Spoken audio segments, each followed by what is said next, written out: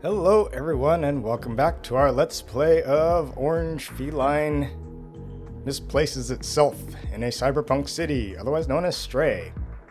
So when we left off last time, we had just visited Elliot's programming, and he gave us our next hint, which is to go to, the binary on the sticky note there said Doofer Bar.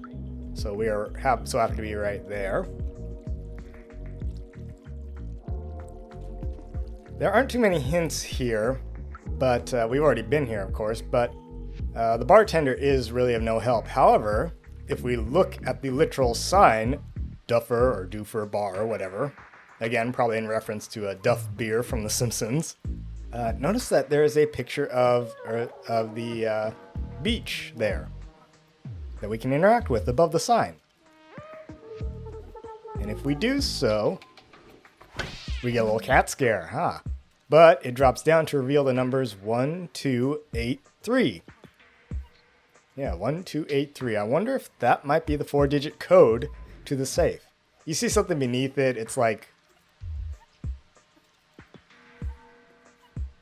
something beneath it, but that has nothing to do with it, like 0 love equals 7, or yeah. Pay no mind to that, that is unimportant for this particular quest. So let's try the numbers 1283 back at the safe, which is over here. Yep, there we go. There's Marusk. Past him. All right, 1283. 1283. Yes, open sesame, and voila! It opens up, and literally all that's in the safe is a piece of sheet music. Yes. So no, it does absolutely nothing to advance the plot. It is not essential for completing the game. It simply gives you another piece of sheet music.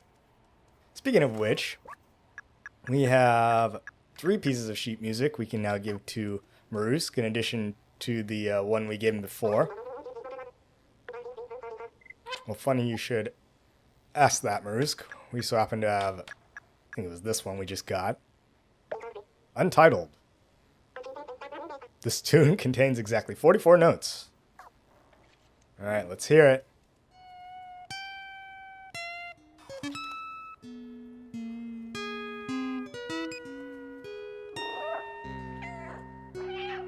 Yes, it sounds awful. Gee, I wonder why it was untitled, Marusk. There's no rhythm or melody to it. Yeah. I think best we should have left that one in the safe. But hey, whatever gets you more practice. Alright, let's try number 5 of 8. Tomorrow's. Sounds cool. Here, watch that. Watch that? Or watch this. Or listen to this.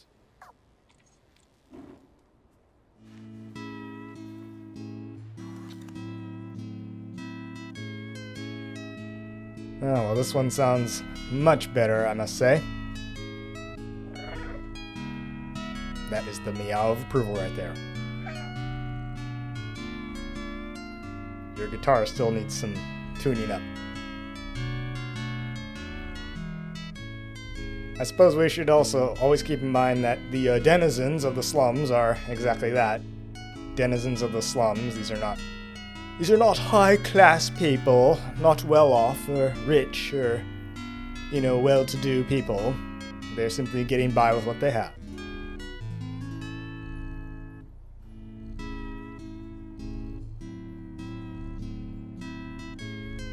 I will also say that I really like the very minimalist or pretty much non-existent graphical interface of this game. Like, nothing, everything is context sensitive, nothing pops up on screen until you really need it. Jump prompts or interaction prompts, yeah, other than that, the screen is blank, so it gives the game an extremely cinematic feel to it, which I really, really enjoy. And, of course, it can do that because the controls are really, really simple. It doesn't require you don't need a whole lot of information to play this game. Because you're really just going around and meowing and scratching stuff and jumping from air conditioner to air conditioner and finding this object and that object and all that.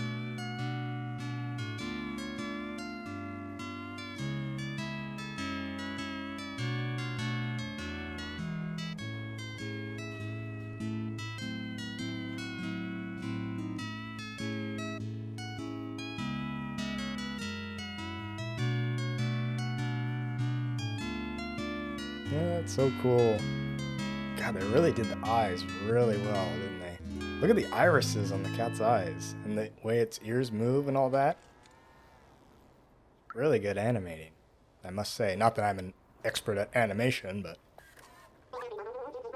Oh, thank you for that music. I will practice. Do you think you can find more? Well, funny you should mention that, because we happen to have one more here. Unreadable sheet music. Not very readable, but I can still try. I kind of prefer you didn't, but alright. Let's hear it. Ugly assault on our ears. It's not bad. It's not the best. I prefer the other ones, like Tomorrow's or The Way You Compute Tonight. But rest assured, there are other pieces of music we can find. We found 3 of them so far, I believe. Or I guess technically 4. The one inside that safe, yeah. So there are 8 of them, obviously. Well, thank you for that, Marusk. I think they have done studies about what kind of music cats like. And the louder and the more obnoxious the music, that darn rock music those kids keep playing, cats don't really like that. Softer music, I think they enjoy a lot more. Well, anywho, let me see. I think that it will do it for our main adventures down here on the ground level. Actually, before we go, I want to look at one thing. Or 2 things, actually. Let's translate what this picture says. Jacob, employee of the month, September something 27. Well, we don't know if this is recent. I mean, for one thing, the picture is slanted. It could have been hanging there for God knows how long, but it gives us one possible hint at roughly what time period, what year, in fact, this game takes place. Now, all the calendars we've seen thus far always are on October 11th, so is it the 11th of October something 27? 2027, 2127, 3027, 3127, 4 bajillion, gazillion, 27, I don't know. It's never specified, but it does give us some hint, and I'll actually get back to that in a future video. Anyway, oh yes, one more thing I wanted to look at. We need to go back to Elliot's programming.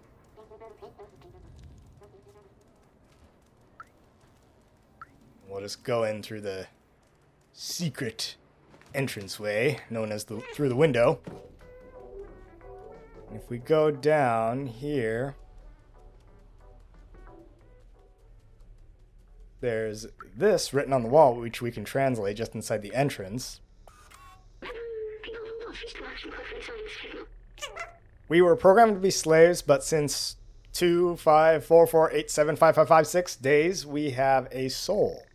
Hope one day the outsiders will find the exit of this hell. Momo. Ah, so Momo wrote that, huh? So let's see. Hold on, let me put in the commas there. 1,000. Was it 2,544,875,556 days we have a soul? So again, it gives us another hint about when this game may or may not take place. And I think roughly that in days translates to something like it's almost 7 billion years or thereabouts. Or was it million? I think it's billion, but yeah, I'll have to double check. So there are a couple of videos out there on YouTube already kind of theorizing when exactly this game takes place, roughly the date. if the calendars and if the employee of the month sign and if this translation is any indication.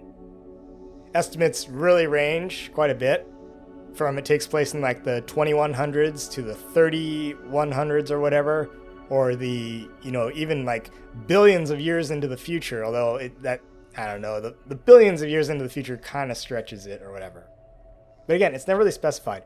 If this number is correct, then it says, we were originally programmed to be slaves, in other words, the Guardians. Okay, so they're just automatons, just regular old robots ran by their programming, but it's effectively been, almost 7 billion years since they have gained a soul.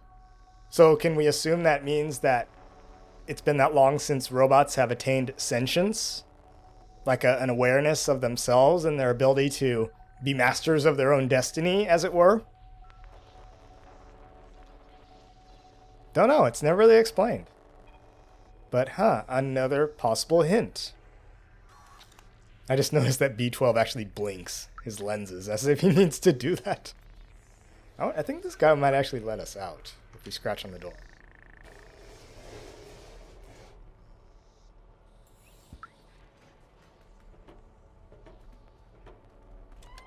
Yep, thank you. Nope, I wanted to be let out. There's no one at the door.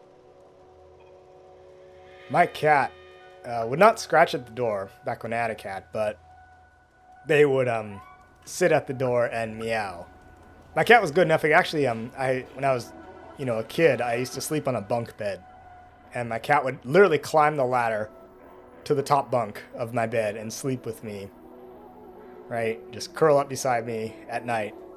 And then in the mornings, my cat would literally climb, or I should say, kind of jump down the ladder, and it would sit at my door and meow. Yep, meow, meow, waiting for me to wake up, get up, and, let it out.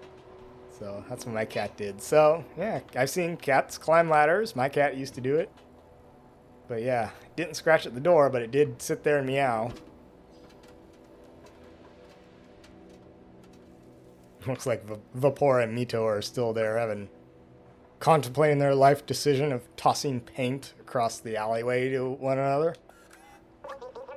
My friend and I love tossing buckets at each other. Good, clean fun. Yeah, I don't know about the clean part, but our downstairs neighbor disagrees, so we're taking a break right now. Ah, is that what you're doing, huh?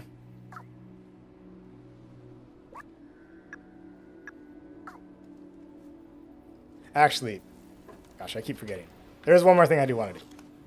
It involves a super spirit detergent. So,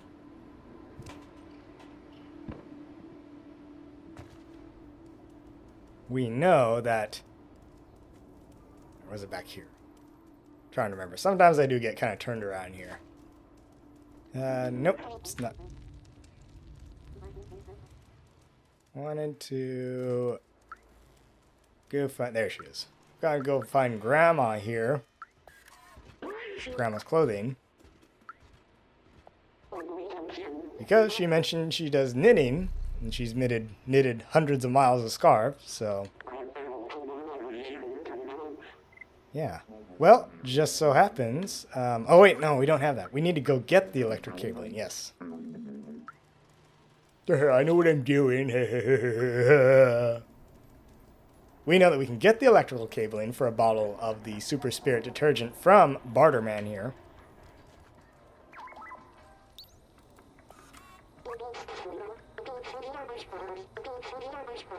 Alright, well, funny you should ask, because we have it.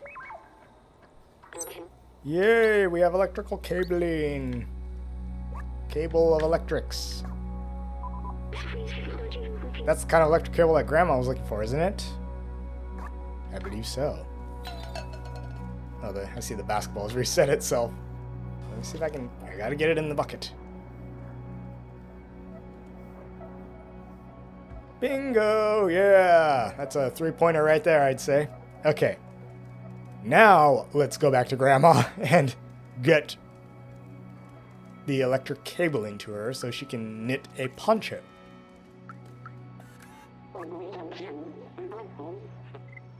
Poncho for me! Yay! Thank you, my dear. I'll get to work right away.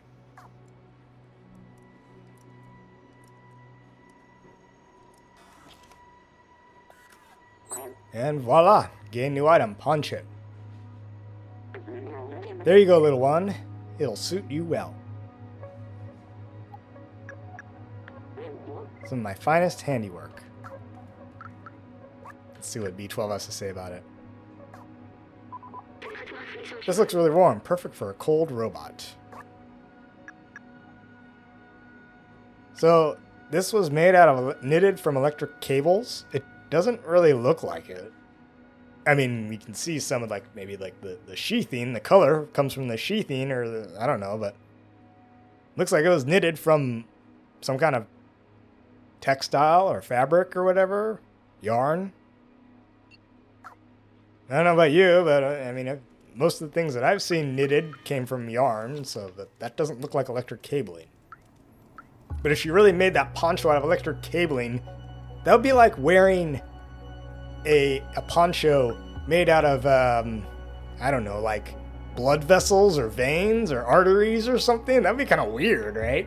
Because if you think about it, right? I mean, like electric cabling is part of the circuitry, carries the electricity throughout the body of these robots. So I guess the cabling, the electric cables are almost analogous to like veins in humans or arteries, blood vessels, if you will. So that'd be like if you tore a human apart and took out all their circulatory system, tossed away the heart, and then like knitted something out of their blood vessels. That's kind of grim, if you will. I don't know. I'm just speculating.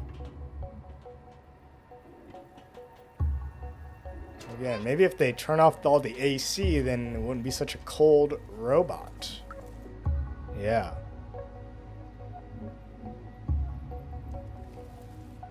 We will deal with that when the time comes to it.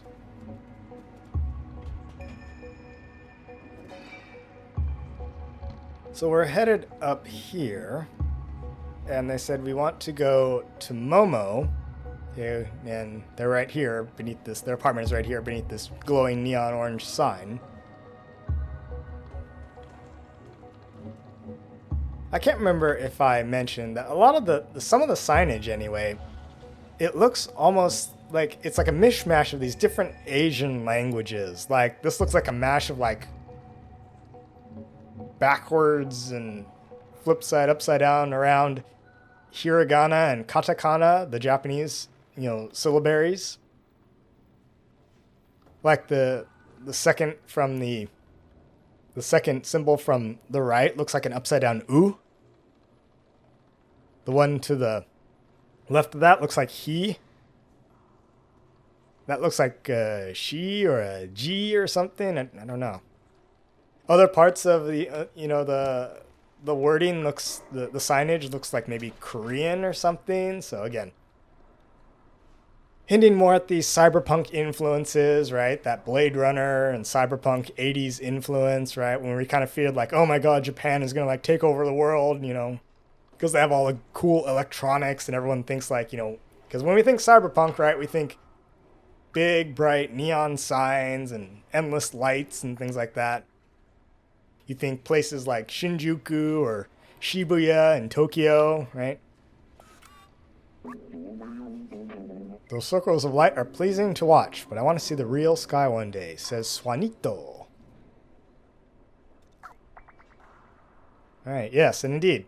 That actually tells you that these lights that you see, these circular lights up there, that's part of the roof of this city.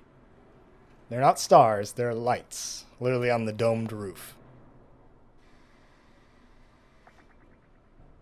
Which also gives you some indication like that most of the area inside this city is not being used. Like a good 90% of it or something.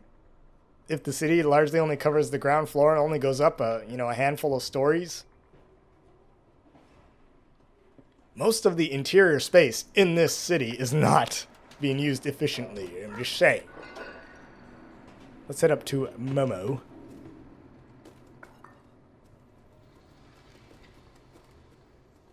Well, we can get in here.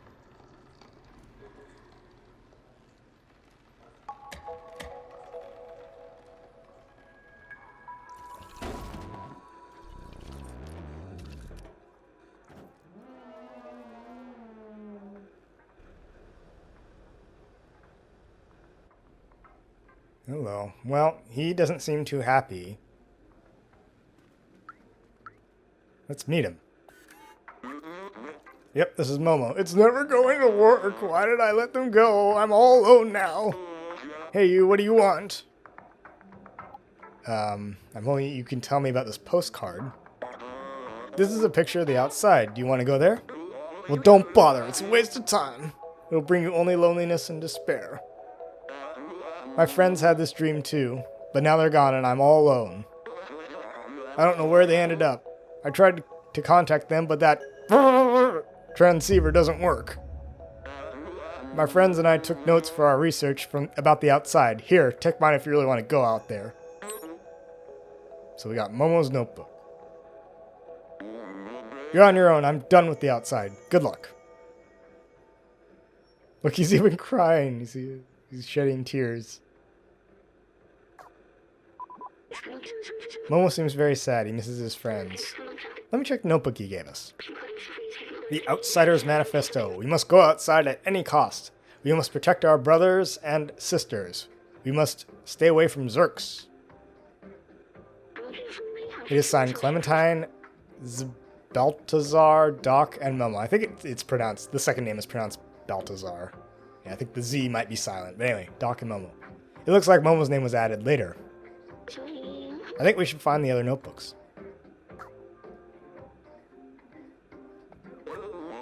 Hey, little cat, are you still looking for those useless notebooks? Yes, we just began, okay. Alright, well, poor Momo.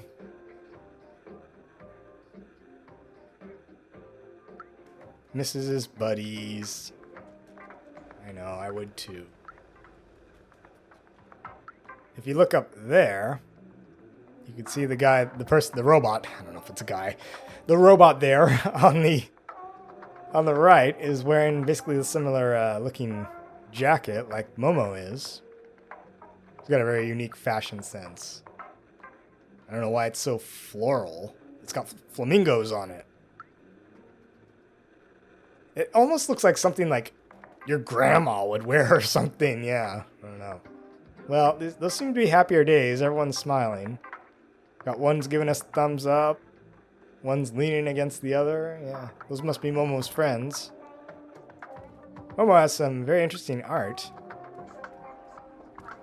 If you translate this poster, it says Earth is the third planet from the Sun, in case you didn't know, and the fifth largest in the solar system by mass and diameter. To date, it is the only celestial object known to foster life.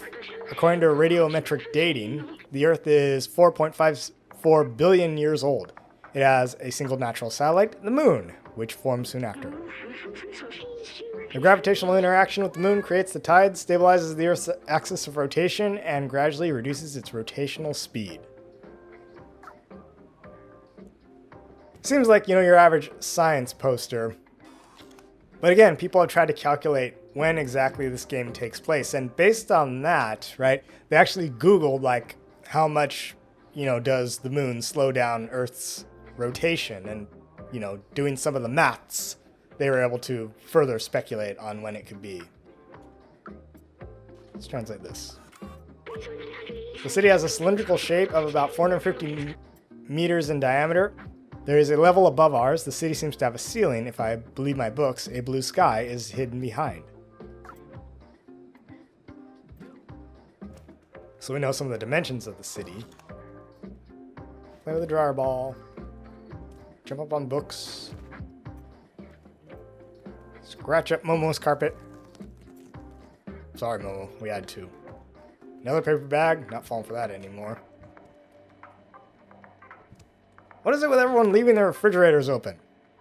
Close the fridge door. Are you trying to refrigerate the whole city? My God. We need to leave our mark on your wall here too, Momo. Thank you. Cat was here.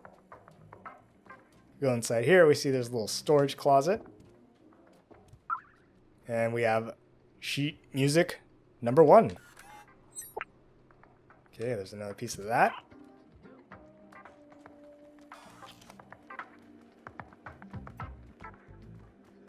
And we need to scratch this door too.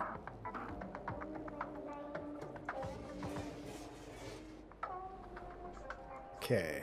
And there was one more thing I wanted to look at in Momo's apartment. It's over here next to his bed.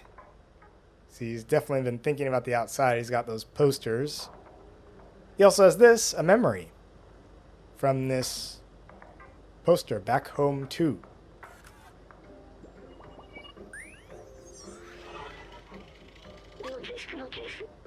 Oh, Back Home 2. I remember this video game. Ah, so it's a game. It was made just after I was created, I think. I can't remember it well. The scientist and I spent a lot of time playing it. What was it? Was it an RPG, an adventure game, a first-person shooter, or what? It was fun. I miss it. Why can't I remember his name? Alright, well, we got another memory there.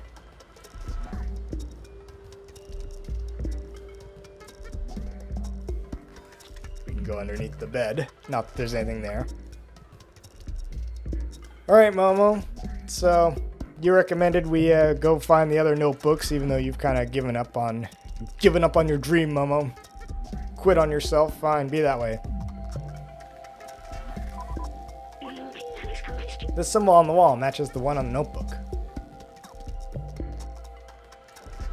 Ah, 2 eyes and an open mouth. Seems like a lead. So you notice there's one over there. There is one over there. And there is one over there. That is actually the symbol of the outsiders.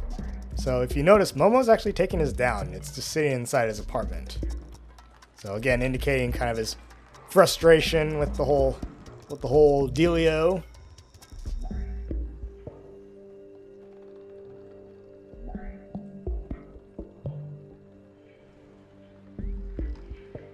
So we're gonna jump down here, and I think the way I'm gonna tackle these is we're gonna go in a counterclockwise direction. We're gonna start over there, then go to that one, and then go to that one right over there. Just 1 minute. I'm just kind of looking around.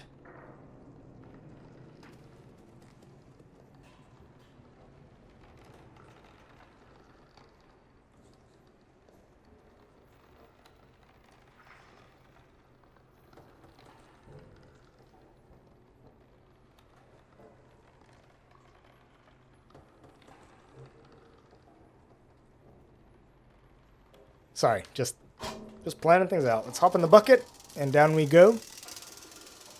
A little ride, a little bucket ride. All right, let's get over to that one.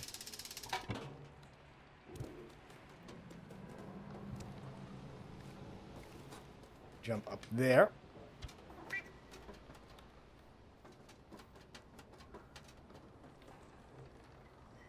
How are we going to get over there? We need to go over to Mito there.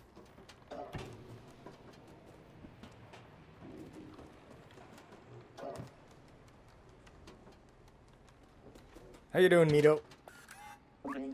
I love the weather right now. Good to hear it. Does it ever change?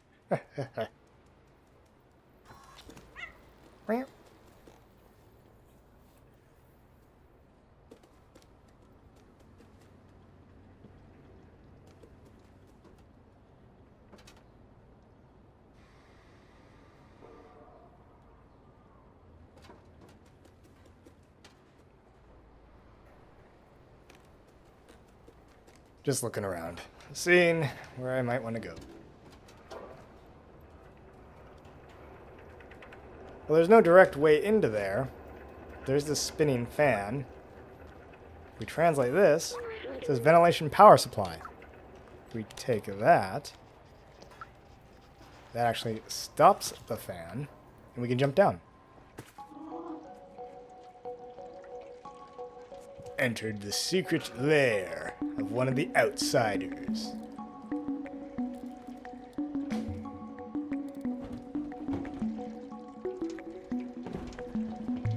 Ah, what have we here?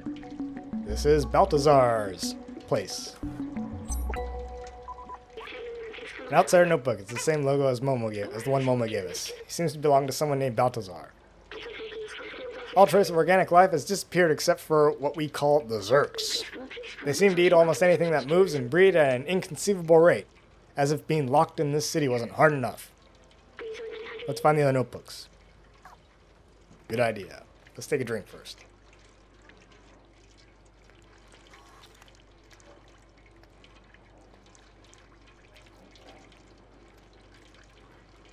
Again, people not closing their fridge.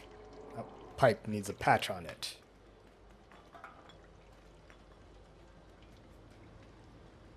Washing machine. Jump up here. Knock over those boxes too. I don't think there's anything else in those boxes.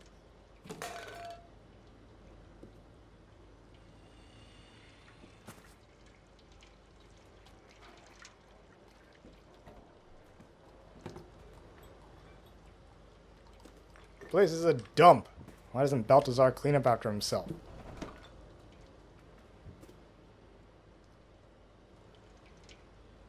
Alright, I think that's good. Anyway, scratch on this curtain. You can go back out.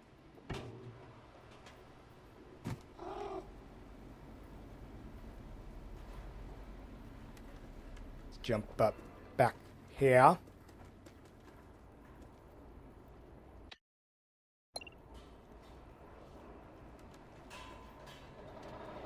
Well, that was Balthazar's notebook. So I think I'm going to pause right here roughly, and in the next video we're going to hopefully complete some of the main items in the slum, finish up finding those notebooks as well as some other things we need to fetch, and that'll do it. So I will see you next time.